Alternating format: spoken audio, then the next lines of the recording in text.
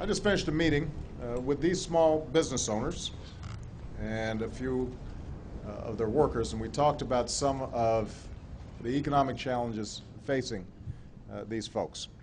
And we talked about the ways that our government can make it easier for smaller firms to hire and to grow. These men and women know how important it is because historically small businesses have created roughly 2 out of every 3 new jobs in our country. And to replace the millions of jobs lost in the recession, we're going to need to make sure that small companies are able to open up and expand and add names to their payroll. Small businesses will help lead this economic recovery, and that's why we will continue to stand by them. But ensuring that small businesses can thrive is about more than just economic success. It's also about who we are as a people. It's about a nation where anybody who's got a good idea and a willingness to work hard can succeed. That's the central promise of America. It's that promise that has drawn millions of people to our shores. It's what drives workers to become their own bosses. It's what propels some basement inventor to bring a new concept to market. That's what led 2 guys, Bobby Pancake and Steve Wheat, their real names, who are here today, to take a chance and try their hand at actually running restaurants. Obviously, they'd have to be restaurateurs named Pancake and Wheat. They worked for a restaurant chain for years, but they decided to leave the corporate offices and open up their own franchises. In fact, Bobby and Steve told me they recently opened up their 6th location. And Terry Haney, the general manager of one of their locations, is also here. This same promise of being able to build your own dreams and be your own boss led Prachi Davidos to come to this country, become a citizen, and open up what's become a successful technology services company. Prachi told me that when she started, she had just 1 employee. Today, she employs more than 100 people, including her husband, Anand, who's here today. So the fact is that small businesses all across the country are hiring people, making a difference in their communities, giving back to their communities, but they've also been especially hard hit by the recession. From the middle of 2007 to the end of 2008, small businesses lost 2.4 million jobs. And because banks shrunk from lending in the midst of this financial crisis, it's been particularly difficult for small business owners to take out loans to open up shop or expand. It's been hard to finance inventories and payroll and new equipment. Now, I've said before and I'll repeat, government can't guarantee success for these companies, but it can knock down barriers that prevent owners from getting loans. Government can't create private sector jobs, but it can create the conditions for small businesses like these to grow and to hire more people.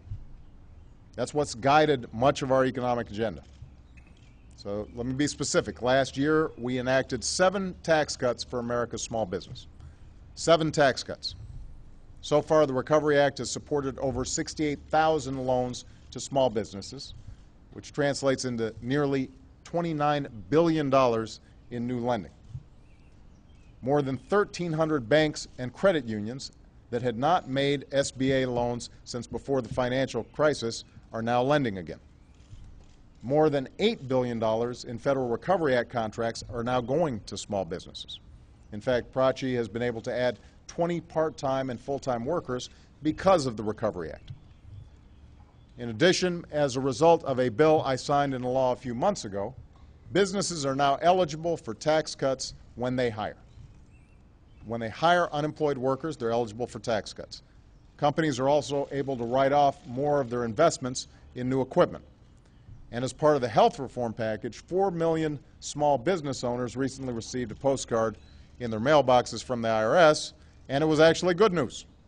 It told them that they could be eligible for a health care tax credit this year that could be worth perhaps tens of thousands of dollars to these small businesses. So these and other steps are making a difference. A little more than a year ago, the economy was in free fall. Today it's growing again. A little more than a year ago, the economy was losing an average of 750,000 jobs per month. It's now been adding jobs for 5 months in a row. But even though we are in the process of digging ourselves out of this recession, we're still in a pretty deep hole. Millions of our family members, our friends, our neighbors are still looking for work. They're still faced with the prospects of long-term unemployment. Credit is still less available than it should be, particularly to small businesses. As small business owners like Prachi and Bobby and Steve will tell you, we may be recovering, but we're not yet recovered. We have to keep moving forward. And that's why I'm urging Congress to swiftly approve a set of tax breaks and lending incentives to spur hiring and growth at small businesses. The legislation that's being debated right now would eliminate capital gains taxes for investments in small firms, which will help move capital to these companies across America.